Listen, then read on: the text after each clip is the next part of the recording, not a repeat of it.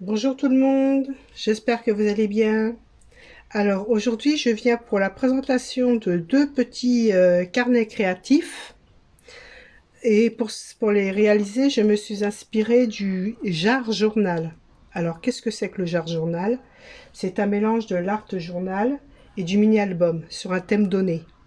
Et on offre ça à l'occasion d'un mariage, pour la fête des mères ou même pour un anniversaire. Alors, pour ma part, donc, j'ai décliné sous forme d'un carnet créatif avec le thème, voilà, les souvenirs créatifs. Donc, ça peut aborder soit le scrap, la couture ou n'importe quel autre loisir créatif et travaux manuels. Voilà. Alors pour ça, le jar journal, voilà, normalement on utilise un petit pot, voilà, dans lequel on trouve diverses questions. Alors, c'est le nombre de questions qui va déterminer le volume et le nombre de pages du jar journal. Ça peut être soit 365 questions pour les 365 jours de l'année, donc une question par jour, ou 52 pour les 52 semaines, une question par semaine, etc. Donc pour ma part, ce sera 12 questions, une question par mois pour une année. Voilà. Alors, le but du jeu, c'est de piocher une petite question. Voilà, moi, plutôt qu'un pot, j'ai opté pour un petit sachet à bijoux. Voilà, on prend une question, on lit la question et on y répond. Voilà, soit par illustration, soit par du texte, etc. Là, à la fin de mon petit carnet, d'ailleurs, j'ai, pour mémoire, j'ai glissé une enveloppe avec un petit texte dedans qui rappelle comment utiliser voilà, ce carnet souvenir. Donc, tire une question, réponds en illustrant une page du journal en laissant libre cours à ta créativité. Donc, illustre avec du texte, un sketch, colle une photo ou une image. Ça peut être texte plus photo, dessine, voilà, ou associe les techniques, donc le pochoir, tampon, pas de texture, embossage, etc. Donc, vous l'avez compris, voilà, dans ce petit carnet, on fait ce que l'on veut. Voilà, c'est pour ça qu'il est à peine illustré. Donc là, on peut faire sa déco, on peut faire ce que l'on a envie de faire.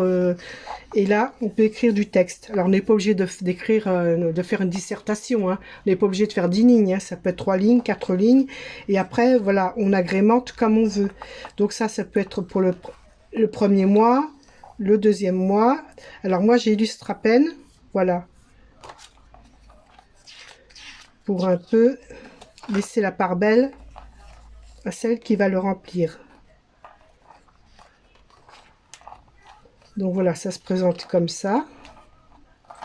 Et moi, plutôt qu'un pot, voilà, j'ai préféré l'accompagner avec un petit sachet bijoux parce que je n'ai pas beaucoup. 12 questions pour moi, c'est pas mal déjà. Une question par mois, voilà. Quand on n'a pas trop de temps, c'est déjà pas mal.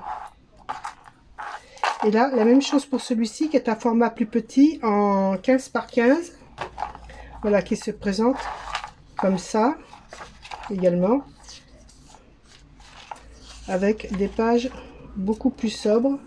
Mais on peut toujours quand même écrire et là faire sa décoration, son illustration comme on veut.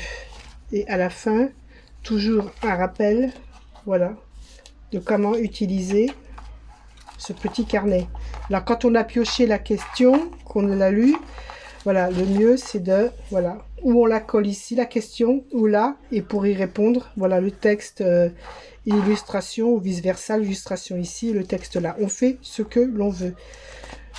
Donc j'ai trouvé ça très ludique. Alors, ce sont des anneaux.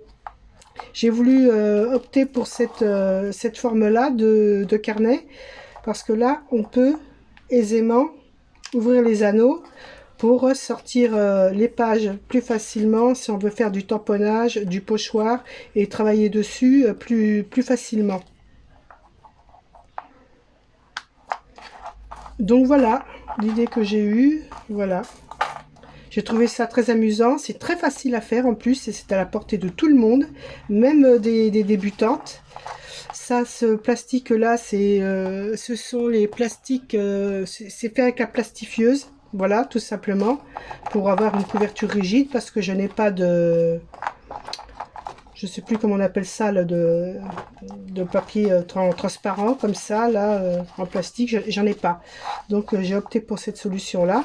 Et ma foi, ça fonctionne plutôt bien. Donc voilà.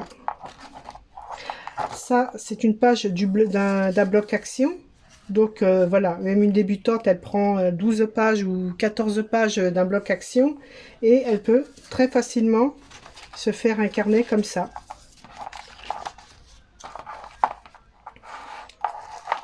Donc voilà, j'espère que ma petite idée, ma petite revisite du Jar Journal vous a plu. Pour ma part, je me suis bien amusée à faire ça. Et je vous dis à bientôt pour une prochaine vidéo.